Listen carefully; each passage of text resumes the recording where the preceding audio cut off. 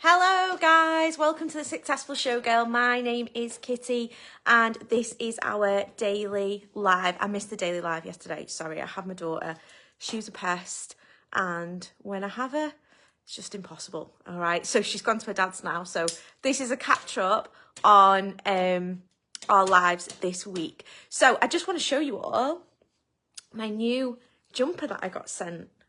So the other day, one of my friends who's an agent, but she also has started running a dance supplies company, messaged me and she was like, I've got a cool present, can I send it to you? And I was like, ooh, what's this? And then this came in the post today, so it says the Showgirl Life chose me.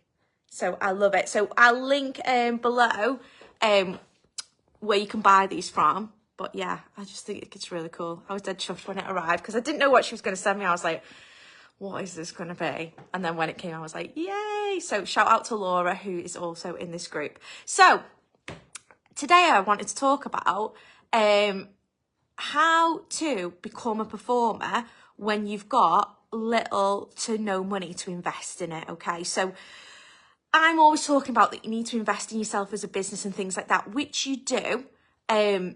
Obviously, the more you invest in yourself as a business, the more you're going to get out of it. However, I know a lot of people when they're starting out performing don't have the kind of like capital to put back into it. When I first started out performing, I didn't have any money to invest in it. Like I had very, very, very little money to invest into costumes, to invest into training and all those kind of things. And I was also very lucky as well because my main job was being a dance teacher.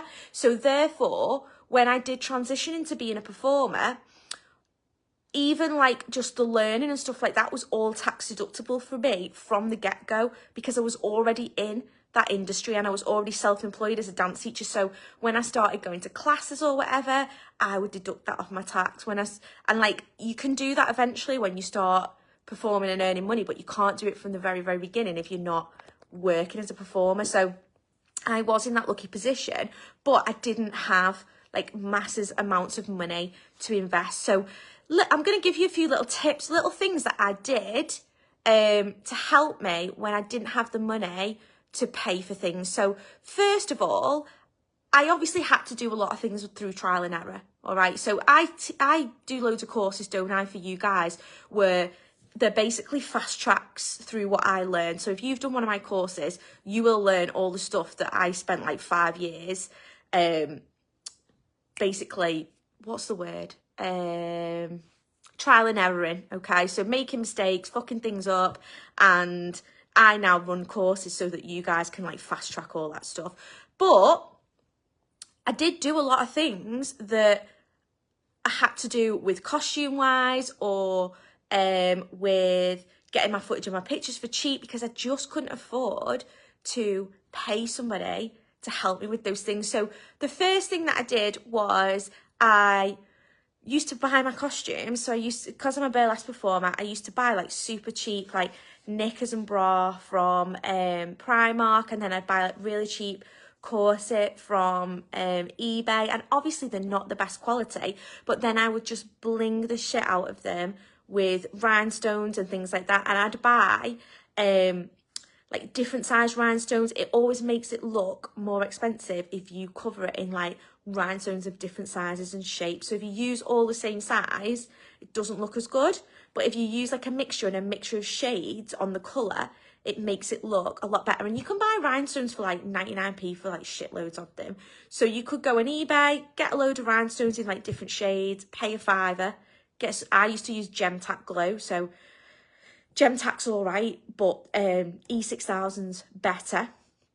But you do you. Gem Tack does the job. It's cheap and cheerful. It's got a precision end on it where you can rhinestone everything. But I literally just used to buy cheap stuff and rhinestone it so that it looked great. And then obviously over time, when I started getting bookings and I started getting a little bit of money, then I would invest a bit of that money that I'd earned from those jobs into upgrading little bits. So I had a costume that had the shit feather boa. It was like one of those, like, you know, the proper tacky feather boas. So I upgraded it to like a big boa. And I would still use that costume now. Well, I've sold that costume like recently, but I would still use that costume now for high-end events. It still has the Primark bra that goes with it. It still had the old cheapo corset that I'd rhinestoned, and I'd upgraded the knickers to some like more expensive cage knickers, and I'd bought like a headdress, and what else had I done? I used to have this like tatty feather bustle. I'd created like a skirt instead, but I still bought that skirt from a charity shop. I bought like a sequin skirt, and I added organza around the base. I'll put a picture of that outfit that I made below. But still, even though I was doing high-end jobs for like hundreds and hundreds of pounds, that costume still only cost me well under, I'm going to say well under 100 quid, if not even less than that. Yeah, there was like some like key bits that I bought, like the bow was more expensive. It was probably about 80 quid, but the rest of it probably cost me like less than 30 quid easy, okay? So thinking about how you can do that with costumes, with your photos and your footage as well. You can do like a time for photos swap with photographers, where like newer photographers, please don't do this with like established photographers, because they are a professional and they deserve to be paid properly. It's rude to just go up to a photographer and expect them to do your pictures for cheap. In the same way, it would be rude to go to a high-end performer and expect them to perform for free, yeah? But if you're starting out and a photographer's starting out, you can do a swap where they get to use your photos for their portfolio and you get to use their photos for your promo, okay? The same with videographers, you can do the same thing. So new videographers, there's loads of groups on Facebook of student videographers or student photographers or like amateur photographers who want to do these swaps. It's a really, really good way of getting cheap footage and getting cheap pictures. Sometimes you've got to pay a bit, but it'll just be to hire the studio or something like that. It won't be like the hundreds and hundreds of pounds you would be paying for like, I think when I bought my first set of professional photos, they cost me 1,000 quid. Like it was really, really expensive and I had to pay it on a credit card.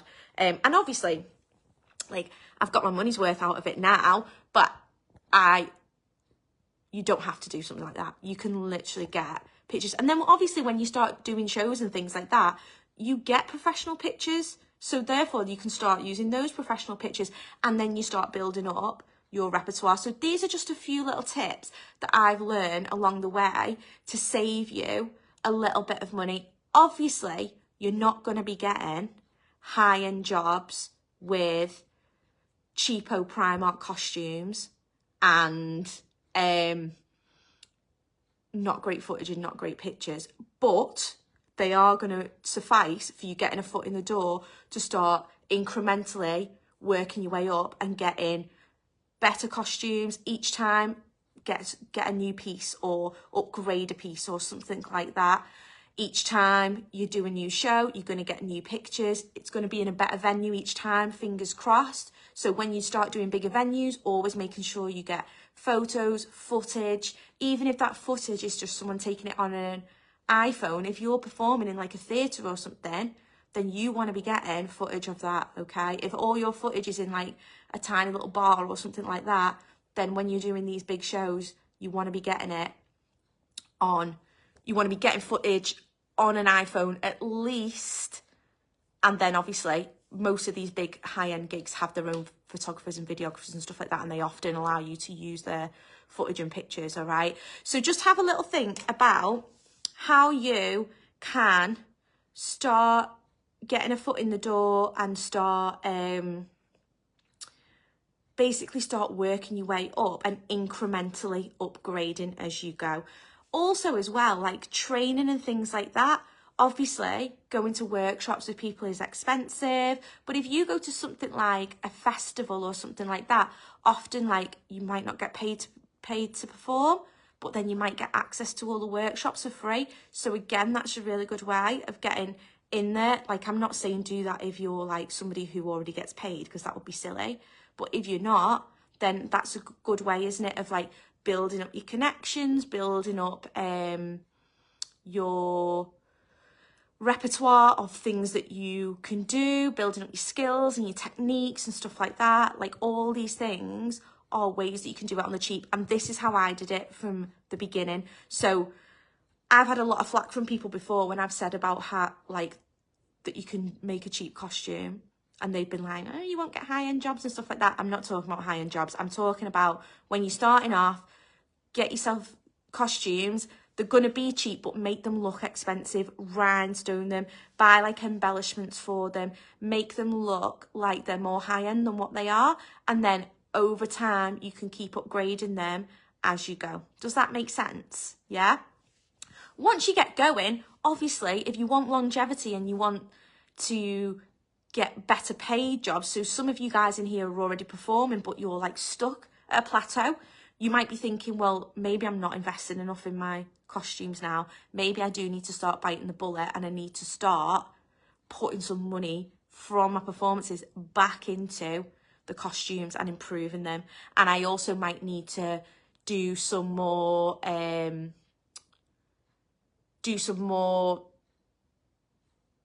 what was I going to say then? I don't know. Do some more, I don't know what I was going to say. It's because a message popped up then of some people in a performance group that I'm in having an argument over fees. So it like distracted me because it just popped up on my phone. But what I'm saying is you can incrementally upgrade, but when you get to a point, you do have to start taking this seriously as a business, and you have to start thinking, right, I have to start putting money into this now. If you opened a restaurant, you would expect to pay out for a venue, pay out for, if you wanted to make money, pay out for good staff, a good chef, good food, depending on what level that restaurant is going to be. If you want to open a Michelin star restaurant, everything's going to cost you more. If you want to open a burger van, everything's going to be cheap, okay? So you've got to decide, what level are you? Are you at burger van level, working your way up to Michelin star? If you are, then that's fine. Go in, get cheap stuff, try and get free things, and then work your way up. But if you're already like middle ground, then you need to start thinking, right, I need to start investing back into this now, because if I want to get those high-end jobs, I need high-end costumes, high-end footage, high-end